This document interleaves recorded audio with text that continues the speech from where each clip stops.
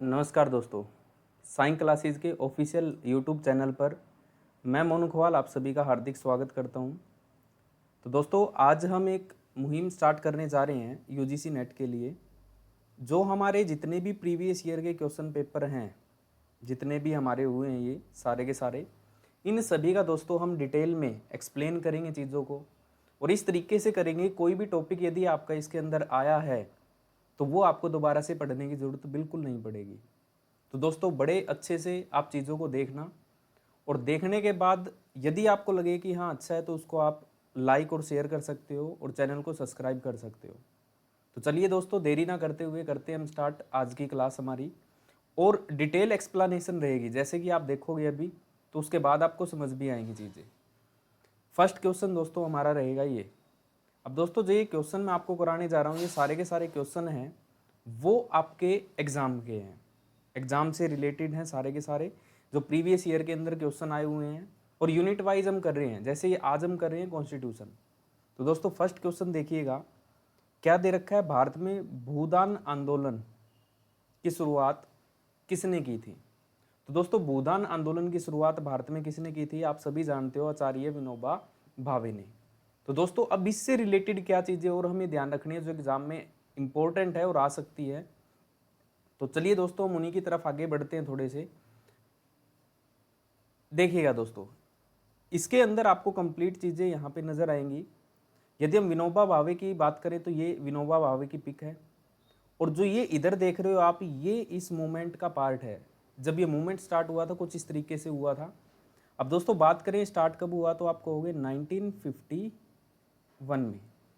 और दोस्तों, क्या था ये मूवमेंट, भूदान आंदोलन। तो इसके अंदर जिन लोगों के पास अधिक भूमि है वो क्या करेंगे, दूसरों के जिनके पास नहीं है उनको दान करेंगे। तो दोस्तों, 1951 के अंदर ये स्टार्ट हुआ था। और इनको सबसे पहली जो उपलब्धि मिली वो कब मिली, 18 अप्रैल 1951 को, आचार्य विनोबा भावे को।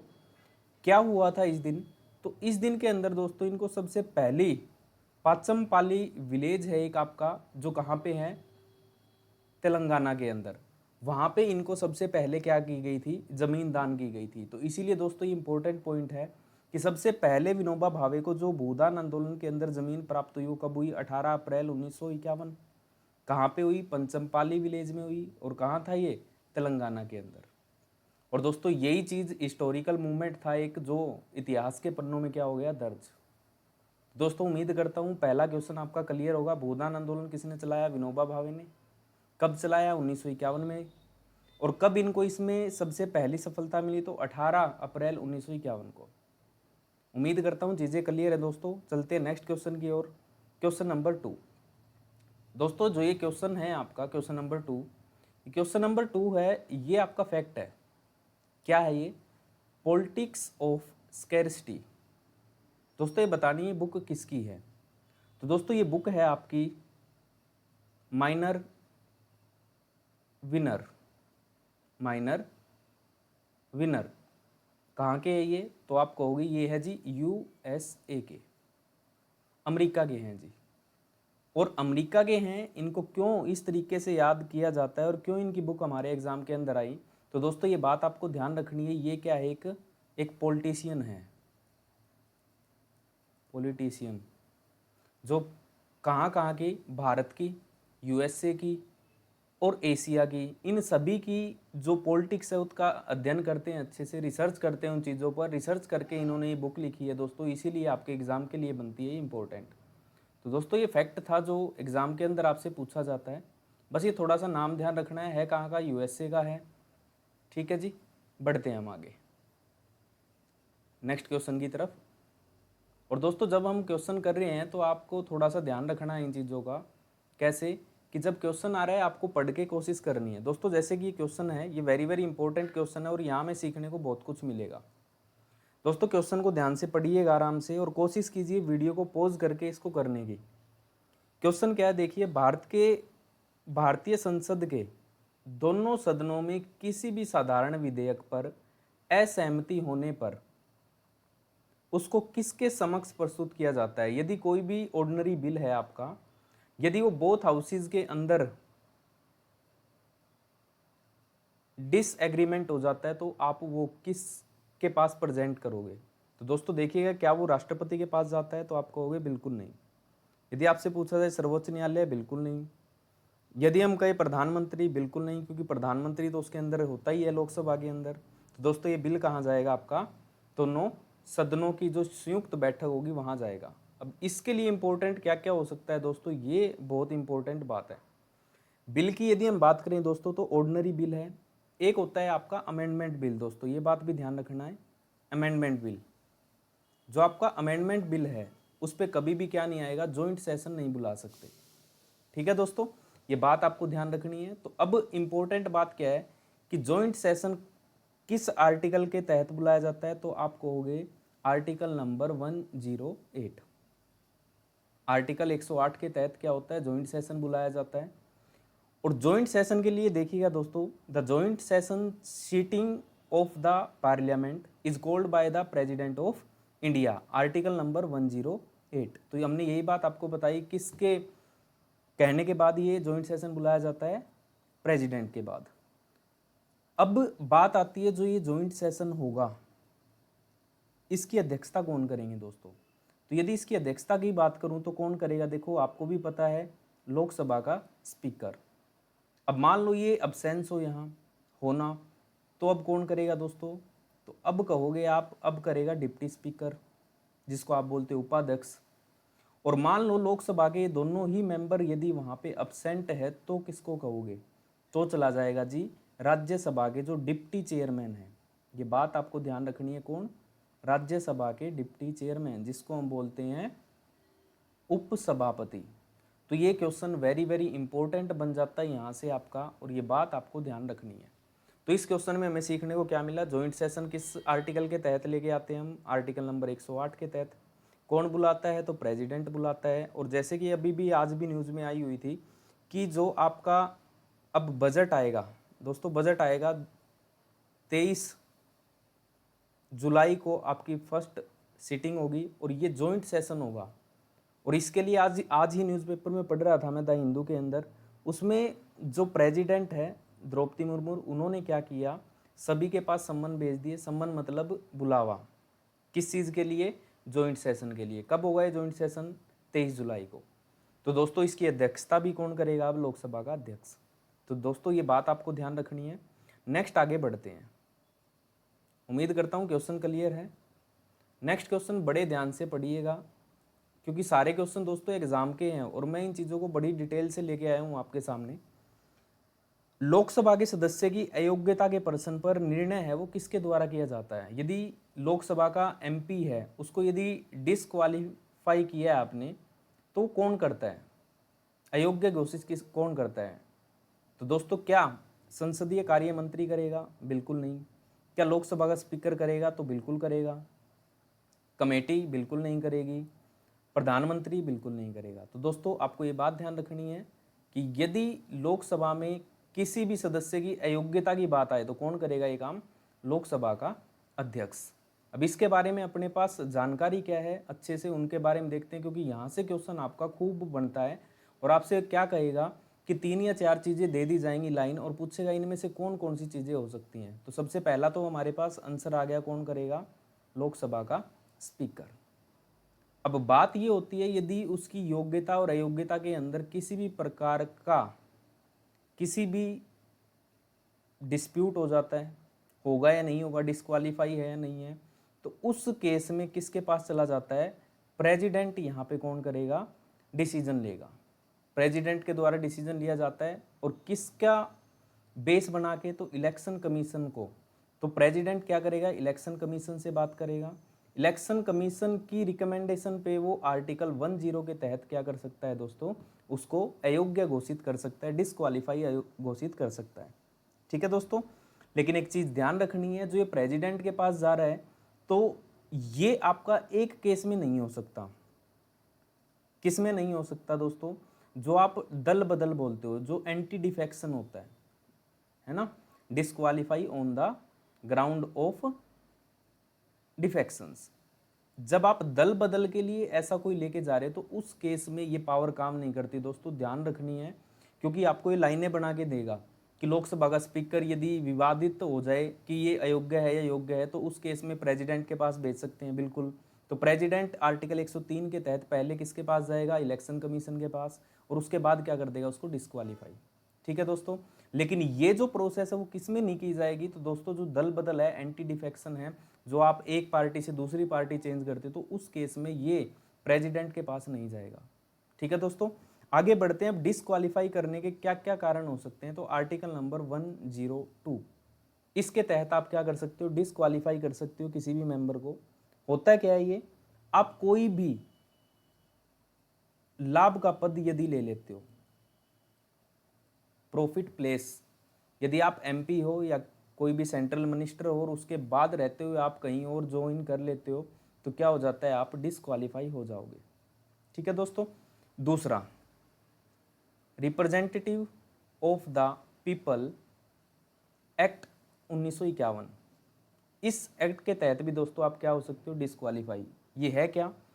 तो इसमें आपको अलग अलग चीज़ें दी गई हैं। क्या क्या दी गई है? सबसे पहली बात, यदि आप भ्रष्टाचार पाया जाता है, आप पे दहेज प्रथा इस तरीके की कोई चीज़ पाई जाती है, इलेक्शन में आप 2 नंबर का पैसा लगाते हो, इलेक्शन में यदि आपने वोट खरीदे हैं, इलेक्शन में किसी को आप मजबूर करके वोट लिए हैं, यदि इस तरीके की चीज़ों का पता चलता है तो उसको क्या कर दिया जाएगा? अयोग्य घोषित कर दिया जाएगा।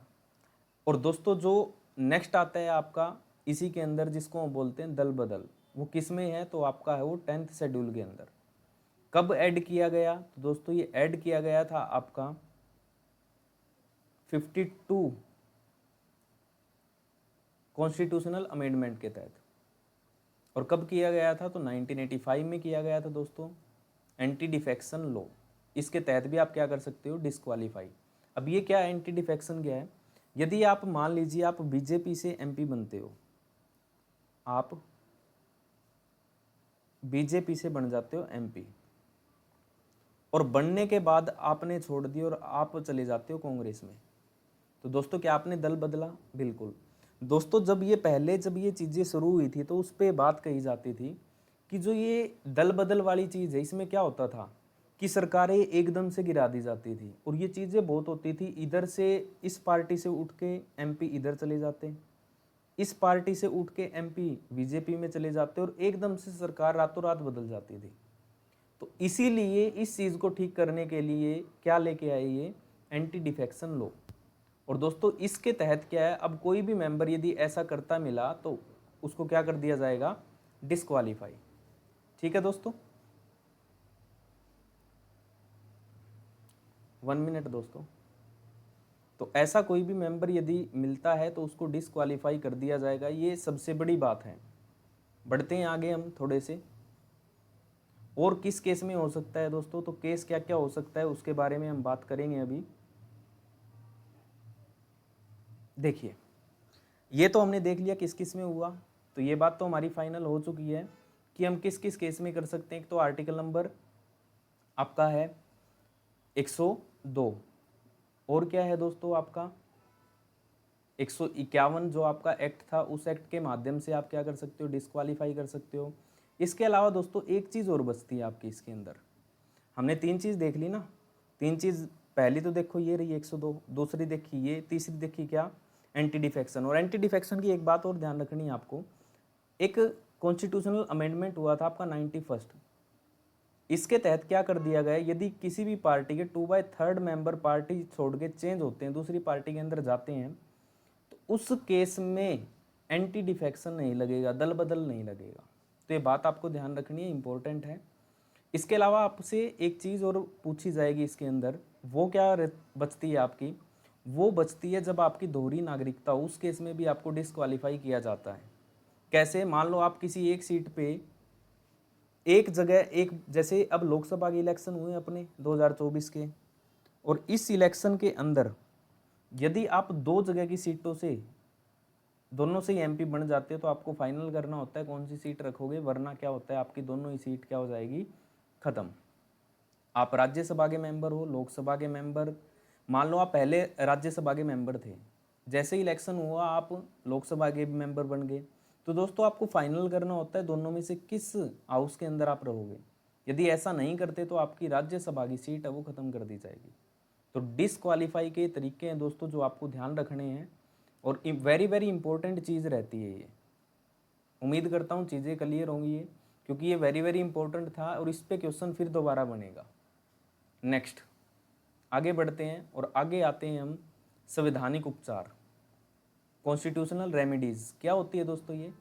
तो इसको बोला जाता है, जो भीमराव अंबेडकर जी थे, अंबेडकर जी ने क्या कहा है, ये क्या है, तो ये बताइए क्या, संविधान की आत्मा, संविधान की आत्मा, आत्मा नहीं सॉरी, संविधान की नहीं, किसकी, फंडामेंटल राइट की, फंडामेंटल राइट। क्यों, क्योंकि जितने भी आपको फंडामेंटल राइट दिए गए हैं ना दोस्तों, उन सभी को किसके माध्यम से सुरक्षित रख सकता है, तो वो है कॉन्स्टिट्यूशनल रेमेडीज़। तो ये रेमेडीज़ हमें, यदि हम बात करें तो हमारे देश के अंदर किस किस को दी गई है, एक तो सुप्रीम कोर्ट को दोस्तों, और एक दी गई है दोस्तों हाई कोर्ट को। सुप्रीम कोर्ट की बात करूं तो किसके तहत, तो आपको होगे सर आर्टिकल 32 के तहत, और हाई कोर्ट की यदि मैं बात करूं तो आर्टिकल नंबर 226 के तहत। तो दोनों ही जगह आपको ये दी गई है। इसमें क्या होता है, यदि कोई भी आप ऐसा कानून बनाते हो जो आपके फंडामेंटल राइट को ख़त्म कर रहा है, तो उसमें क्या होता है, सुप्रीम कोर्ट जुडिशियल रिव्यू करके उसको क्या कर सकता है, बाहर। अब क्या क्या केस हो सकते हैं, उन सारी चीज़ों के बारे में हम बात करते हैं इसमें। देखिएगा दोस्तों, ये आपके पास जो अभी मैंने आपको बताया वही चीज़ है। 226 के तहत तो हम किस में कर सकते हैं, हाई कोर्ट में, और 32 के तहत किस में कर सकते हैं, सुप्रीम कोर्ट में। अब सुप्रीम कोर्ट और हाई कोर्ट को पावर दी गई है कि वो कुछ एक रिट हैं जो आपकी जारी कर सकते हैं, जैसे हैबस कर्पस, जिसको हम बोलते हैं बंदी प्रत्यक्षीकरण, कोई भी बंदी बनाया गया है उसको पेश करना, तो इसके अंदर होता है। मैंडेमस, जिसको हम बोलते हैं परमादेश। एक चीज़ ध्यान रखनी है दोस्तों, ये जो मैंडेमस है ना, ये परमादेश, ये आप किसको जारी नहीं कर सकते, तो आप ये जारी नहीं कर सकते राष्ट्रपति को और राज्यपाल को, ये बात आपको ध्यान रखनी है। नेक्स्ट प्रोहिबिशन, प्रतिषेध, नेक्स्ट क्यू वारंटो, और नेक्स्ट आपकी आती है सेरिटोरी। तो ये 5 प्रकार की रिट है दोस्तों जो कौन जारी करता है, एक तो हाई कोर्ट 226 के तहत, और एक कौन करता है, supreme court article number 32। Next आगे देखते हैं दोस्तों, इसी के अंदर आपको एक आर्टिकल दिया है, देखिए अब हमारा आर्टिकल नंबर 32 हो चुका है। इसमें कितनी रिट दे रखी है, 5 रिट। कौन कौन जारी कर सकता है, सुप्रीम कोर्ट और हाई कोर्ट। अब बात करते हैं आर्टिकल नंबर 15। ये 15 क्या है दोस्तों, आर्टिकल नंबर 15 में हमें दी गई है कि हम किसी से कोई भी भेदभाव नहीं करेंगे, किस बेस पे, जाति लिंग को आधार मानकर या जन्म स्थान के आधार मानकर किसी से हम भेदभाव नहीं करेंगे। क्या क्या बात की हमने दोस्तों, कास्ट, कोई भी रिलीजियस है, इसके अलावा दोस्तों आप कह सकते हो कोई भी प्लेस है, कोई भी जेंडर है, इनको बेस मान के हम किसी के साथ क्या नहीं करेंगे, भेदभाव नहीं करेंगे।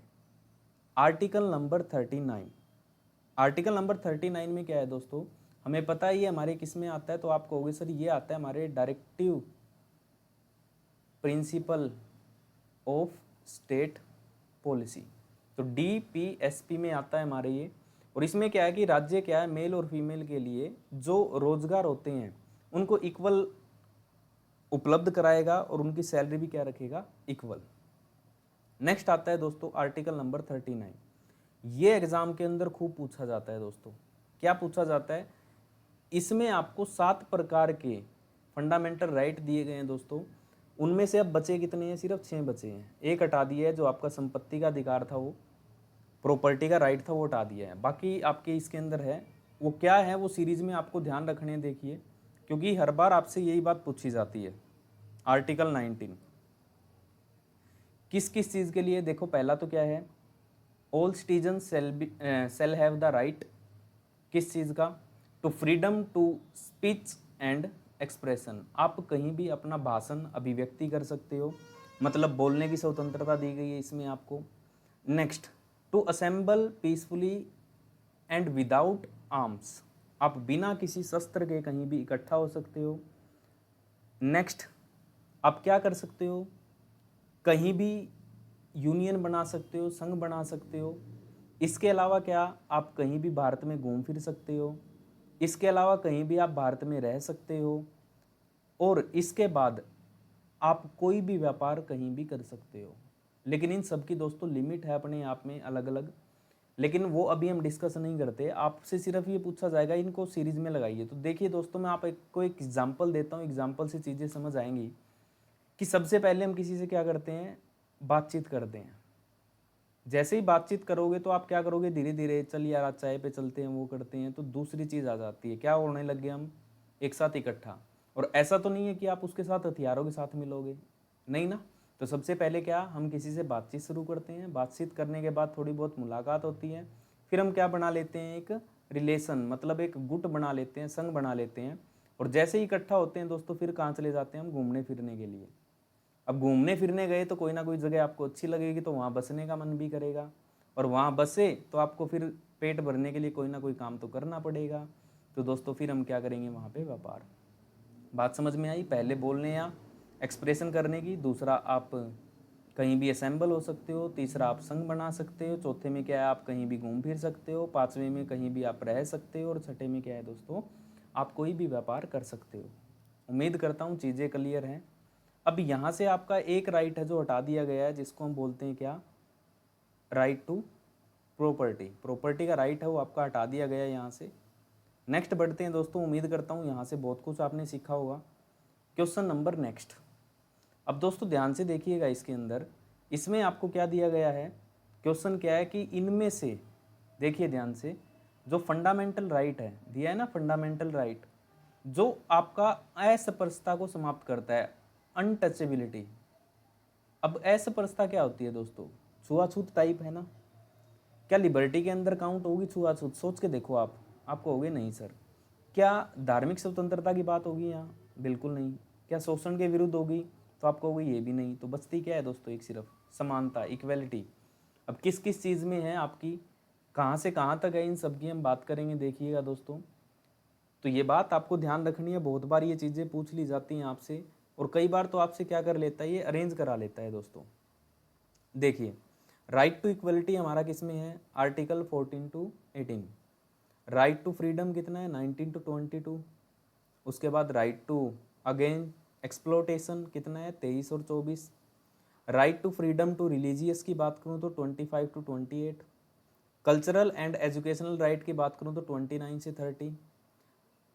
इसके बाद राइट टू प्रॉपर्टी जो आपका नहीं रहा अब, आर्टिकल नंबर 31। और इसके बाद राइट टू कॉन्स्टिट्यूशनल रेमेडीज अभी हमने पढ़ी, वो क्या, आर्टिकल नंबर 32। अब दोस्तों हमें ये पता है फंडामेंटल जो राइट है वो हमारे पार्ट नंबर कितने में है दोस्तों, तो आप कहोगे सर पार्ट नंबर 3 में हमें दिए गए हैं। ठीक है दोस्तों, और आर्टिकल कितने से कितने तक है, तो ये 12 से लेके दोस्तों कितने तक है, 35। अब 12 में क्या है दोस्तों, तो 12 में आपको डेफिनेशन दी गई है किसकी, स्टेट की। बात ध्यान रखनी है, स्टेट की डेफिनेशन दी गई है। 13 में क्या दिया गया है दोस्तों, तो आपको ध्यान रखना है, 13 में दिए गए हैं जुडिशियल रिव्यू, कि फंडामेंटल राइट के अपोजिट में कुछ भी आप बनाओगे तो उस पर क्या कर सकता है सुप्रीम कोर्ट, जुडिशियल रिव्यू कर सकता है। बात क्लियर हुई दोस्तों। तो किस पार्ट में, 3 में, कहाँ से कहाँ तक, 12 से 35 तक। 12 में क्या दिया गया है, स्टेट की डेफिनेशन दी गई है, क्या क्या होगा। 13 में क्या किया गया है, जुडिशियल रिव्यू दिया गया है, और उसके बाद हमारे पास ये फंडामेंटल राइट है। और फंडामेंटल राइट आपके पास कितने हैं दोस्तों, 6 प्रकार के हमारे राइट बचते हैं। जो 7वां था वो हमारा खत्म हो चुका है। क्या था, प्रॉपर्टी का राइट था, जो 44वें संविधान संशोधन के तहत इसको उठा के कहाँ रख दिया था, 300 ए में, या आर्टिकल नंबर 300 ए में इसको रखा गया था। उम्मीद करता हूँ चीज़ क्लियर है यहाँ तक। और दोस्तों समझ आ रही है और मज़ा आ रहा है तो दोस्तों वीडियो को शेयर लाइक ज़रूर करना, और चैनल को फॉलो ज़रूर करना। नेक्स्ट क्वेश्चन, सारे क्वेश्चन दोस्तों एग्जाम के हैं, एक भी ये मत सोचना कि मैंने अपनी तरफ से कोई भी क्वेश्चन दिया है आपको, सारे क्वेश्चन आपके एग्जाम के हैं। नेक्स्ट वेरी वेरी इंपॉर्टेंट है, जो सरकारिया कमीशन बना था वो किस चीज़ के लिए बना था। तो दोस्तों इंपॉर्टेंट क्वेश्चन है, एग्जाम में ये भी काफ़ी बार पूछा जाता है, और इससे रिलेटेड कई बार क्वेश्चन आपके एग्जाम में बनते हैं। तो सरकारिया आयोग जो बना था वो बना था दोस्तों आपका सेंट्रल और स्टेट के बीच में जो रिलेशन है इनके लिए, मतलब जो आपका आर्टिकल नंबर 356 का यूज होता है, ये 356 क्या है दोस्तों, तो आपको पता है ये प्रेसिडेंट की क्या है, इमरजेंसी पावर है, जिससे क्या होता है स्टेट के अंदर क्या लगता है, प्रेसिडेंट रूल लगता है इसके अकॉर्डिंग। अब दोस्तों इसके लिए अपने पास क्या डिटेल है तो देखिएगा बड़े ध्यान से, वेरी वेरी इंपॉर्टेंट है। सरकारिया कमीशन की बात करूं तो कब आया, 1983 में, वेरी वेरी इंपॉर्टेंट। अब सरकारिया कमीशन जो थे इसका मेन हेड कौन था तो आपको पता होना चाहिए, राजेंद्र सिंह सरकारिया, कई बार ये RS सरकारिया भी लिखा आता है दोस्तों। और ये क्या थे तो ये रिटायर जज थे, किसके, सुप्रीम कोर्ट के, ठीक है दोस्तों। और इसने अपनी रिपोर्ट के अंदर 1600 पेजेस की रिपोर्ट सौंपी थी, कब, 1988 में। और दोस्तों किस बेस पे थी तो आपको देखो यहाँ पे साफ साफ लिखा मिलेगा, आर्टिकल नंबर 356। और दोस्तों किस चीज़ के लिए थी तो देखो साफ साफ यहाँ पे लिख रखा है, सेंट्रल एंड स्टेट इशू। तो आपको पता है जो स्टेट के अंदर जो क्या लगता है, राष्ट्रपति शासन लगता है, प्रेसिडेंट रूल लगता है, वही दोनों क्या है, स्टेट और सेंटर का इशू था, और जिसके तहत बनाया गया था 1983 में सरकारी आयोग। और ये बात ध्यान रखनी है और वेरी वेरी इंपॉर्टेंट है दोस्तों ये बात, ठीक है। नेक्स्ट, उम्मीद करता हूँ बातें क्लियर हैं आपको सारी की सारी। थोड़ा सा आगे बढ़ते हैं हम और पढ़ते हैं नेक्स्ट क्वेश्चन की तरफ। चलिए जी, नेक्स्ट क्वेश्चन दोस्तों, ये क्वेश्चन भी बहुत इंपॉर्टेंट है, इसमें बहुत कुछ सीखेंगे हम, देखिएगा। क्वेश्चन क्या है दोस्तों, ड्यूरिंग द, सीधी सी बात है, किसके टाइम पीरियड के अंदर म्युनिसिपल बिल है ये इंट्रोड्यूस किया गया था फर्स्ट टाइम, मतलब किस प्रधानमंत्री के कार्यकाल में पहली बार नगर पालिका विधेयक पास किया गया था। तो दोस्तों आपको पता है कि PV नरसिम्हा राव के टाइम पे तो कंप्लीट इसको क्या दर्जा ही दे दिया गया था संवैधानिक रूप से, ये कोई हमारे PM ही नहीं है। उसके बाद इंदिरा गांधी के टाइम पे भी नहीं आया, तो ये किसके टाइम पे आया था, ये आया था दोस्तों हमारे राजीव गांधी के टाइम पे। अब इसके लिए हमारे पास क्या डिटेल है देखिए दोस्तों। अब वेरी वेरी इंपॉर्टेंट बात ये है, ये हमारे PM रहे हैं, और PM कब से कब तक रहे हैं दोस्तों ये, तो जो इंदिरा गांधी की डेथ होने के बाद ये 1989 तक ये रहे हैं, ठीक है। अब देखिए, अब मेन बात क्या है, जब ये सरकार में थे तो इन्होंने 1989 के अंदर दोस्तों 64 कॉन्स्टिट्यूशनल अमेंडमेंट बिल लेके आए ये लोकसभा के अंदर, और दोस्तों 1989 के अंदर लेके आए थे। लेकिन ये बिल लेके आए तो ये लोकसभा में तो दोस्तों पास हो गया था, लेकिन दोस्तों ये बिल पास कहाँ नहीं हुआ, तो दोस्तों ये बिल पास नहीं हुआ राज्यसभा में। तो इसीलिए दोस्तों हमारी जो लोकल गवर्नेंस थी इसको क्या नहीं मिला, कॉन्स्टिट्यूशनल संवैधानिक दर्जा नहीं मिला। इसके बाद नेक्स्ट जो हमारे PM बनते हैं PV नरसिम्हा राव, इन्हीं के टाइम पे बिल लाया गया, कौन सा, 73 एंड 74, ये राजी, कब, 1992 में। और दोस्तों इसी के तहत आपको पता है शेड्यूल नंबर 11 और शेड्यूल नंबर 12। शेड्यूल नंबर 11 के अंदर देखें तो हम ग्राम पंचायत, और इसके अंदर क्या है आपका जो नगर निगम है। अब दोस्तों ये जो बनाई चीज़ें तो आप खुद भी जानते हो, जो महात्मा गांधी जी थे वो क्या कहते थे, पंचायत होनी चाहिए, तो उन्हीं का जो सपना था वो पूरा हुआ कब, 1992 में, और किसके द्वारा, PV नरसिम्हा राव के द्वारा। बात क्लियर हुई दोस्तों। तो यहाँ से क्वेश्चन बहुत बार बनेंगे। देखो अभी तो इसने क्या पूछा कि किसके टाइम पे बना, किसके टाइम पे आया था, तो आपने बता दिया किसके, राजीव गांधी। अब ये पूछ लिया कौन सा बिल लेके आए थे, तो 64 कब लेके आए थे, 1989 में। तो कहाँ से पास हो गया था, तो आप कहोगे लोकसभा से। पास कहाँ नहीं हुआ, राज्यसभा में नहीं हुआ, लेकिन दोनों ही सदन में पास किसके टाइम पे हुआ, तो दोस्तों PV नरसिम्हा राव के टाइम पे हुआ। आगे बढ़ते हैं दोस्तों, नेक्स्ट क्वेश्चन। ये दोस्तों क्वेश्चन इंपॉर्टेंट है एग्जाम के, और मैं इनको देखते हुए चीज़ें कर रहा हूँ। अब देखिए, कानून के द्वारा स्थापित जो न्यायिक व्यवस्था है उसकी विशेषता है, जो जुडिशियल सिस्टम है वो कहाँ पे ये चीज़, कानून के द्वारा स्थापित प्रक्रिया है, व्यवस्था है, वो कहाँ है, कहाँ की विशेषता है, किस देश की है। अमेरिका में नहीं है, इंग्लैंड में नहीं है, चाइना में नहीं है, कहाँ पे है दोस्तों, भारत के अंदर। बात क्लियर दोस्तों। नेक्स्ट आगे बढ़ते हैं। देखिएगा दोस्तों, अब क्वेश्चन को ध्यान से पढ़िएगा आप, क्योंकि पढ़ के ही चीजें हैं वो क्लियर होती हैं। भारत का सर्वोच्च न्यायालय किसी भी खराब कानून को अवैध घोषित नहीं कर सकता। तो आप खुद सोचिए, क्या दोस्तों ऐसा है? सुप्रीम कोर्ट हमारा क्या करता है? एक्सप्लेन करता है ना, किस चीज को? जो भी कोई रूल बना है या फिर हमारा कॉन्स्टिट्यूशन है या हमारा कोई भी राइट है वो खत्म होता है, तो उस टाइम पे कौन रक्षा करता है? तो आपको पता है, सुप्रीम कोर्ट। तो इसका मतलब दोस्तों ये तो क्या होगा हमारा? गलत। ठीक है दोस्तों, दूसरा पढ़ते हैं। भारत का सर्वोच्च न्यायालय कानून की स्थापित प्रक्रिया का पालन करता है। बिल्कुल जायज बात है, ऐसा है, क्योंकि कानून द्वारा स्थापित चीजें हैं, उसी के द्वारा स्थापित किए, और वही नहीं माने तो कैसे काम चलेगा? तो इसका मतलब आपका ए गलत है, बी सही है। तो दोस्तों आंसर तो हो जाएगा आपका ये। अब इसके बारे में हमारे पास क्या नॉलेज है उसके बारे में हम देखते हैं। चलिए जी, आते हैं अपने पास। सबसे पहले हम बात करते हैं supreme court. Supreme court Bharat में सबसे पहले कब आया? तो आप कहोगे सर 1773 का एक्ट था, और 1774 में भारत में क्या बनाया गया था? सुप्रीम कोर्ट बनाया गया था। कहाँ बनाया गया था? तो आप कहोगे सर कलकत्ता में। इसके मेन चीफ जस्टिस कौन थे? चीफ जस्टिस, तो आप कहोगे सर एलिजा इम्पे।